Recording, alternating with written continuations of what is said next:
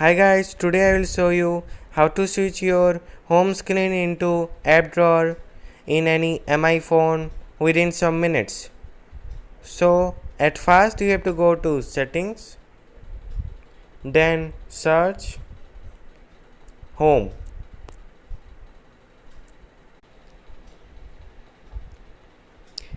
and then you have to click here. Then you have to click on home screen,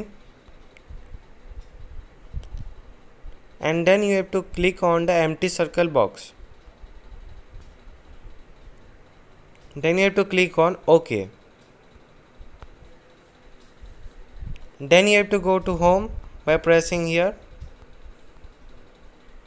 See, it is now changed. See, the app drawer is now fully working.